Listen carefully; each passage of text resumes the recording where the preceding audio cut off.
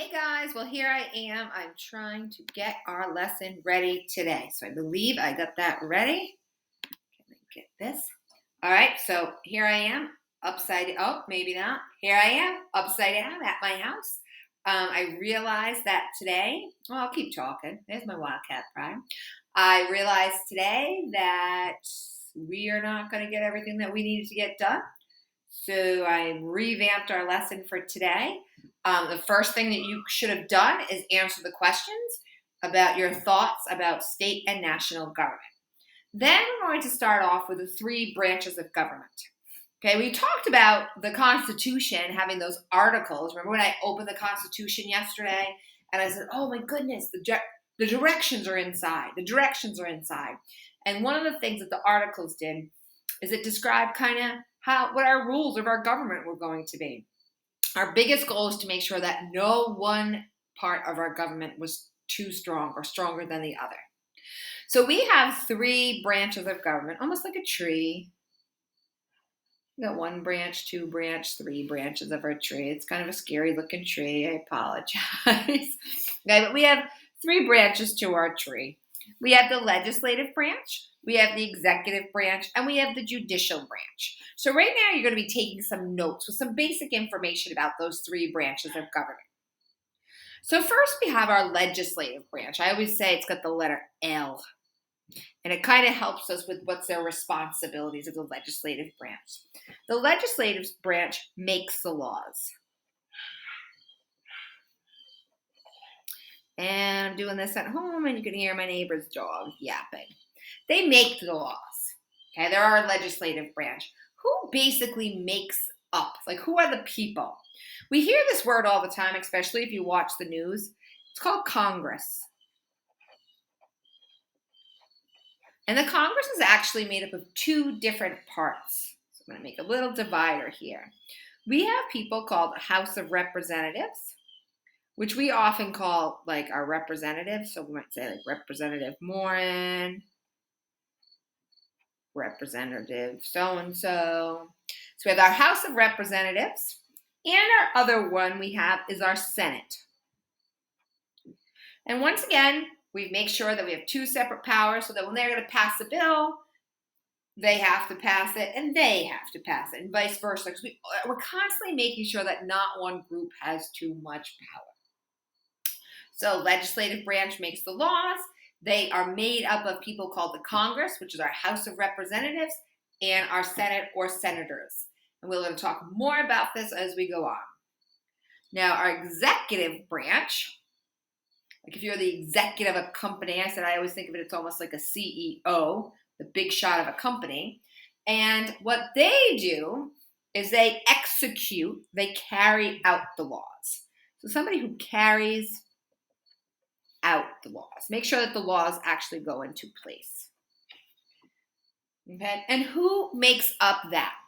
Who is the CEO of the United States? I always say, who's like the big shot of the United States? And that, of course, is the president. And, of course, following the president would be the vice president. And it's very much like a school. We have a principal and a vice principal. If something was to ever happen to our president, the vice president would take over or they assist. So very much like if Mr. Black was out of school today, who would take over? Mr. Messier. Now, as much as the responsibility does fall on the president and vice president, they can't do everything. So we also have what's called a cabinet. Now I laugh because we think of a cabinet as like in our cupboard in our kitchen. Okay, we have cabinet members.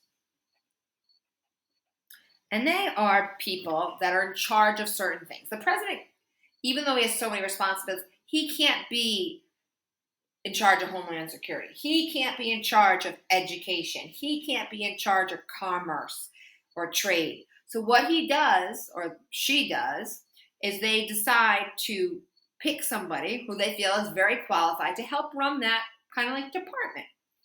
So we have somebody in charge of education, somebody in charge of Homeland Security, and that is where our governor, Gina Raimondo, who's no longer our governor, she's actually a cabinet member right now. She's in charge of commerce for Joe Biden and Kamala Harris. And then we have our last branch, which is the judicial branch. And what is the judicial branch? If I look here in the word judicial, I kind of almost see the word judge. So I'm going to put in parentheses because that kind of helps me. Okay, so it makes me think of judges. Okay, and what this group does is they decide if laws are constitutional, if laws follow the Constitution.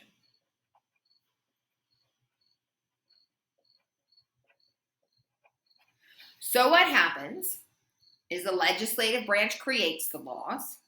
The judicial branch looks at it and says, is this constitutional? Is this law even allowed in this country?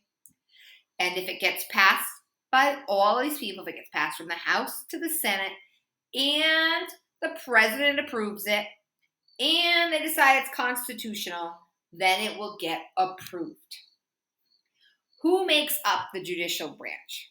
Okay, it is the Supreme Court, which is our highest court of the land. And the Supreme Court is made up of 9 judges. And they're actually called justices because they are so high up. Okay? We'll talk more about all of these different branches. We're going to spend the next week or so basically diving into the legislative branch for a day or two. Talk about the executive branch for another day. Talk about the judicial branch for another day.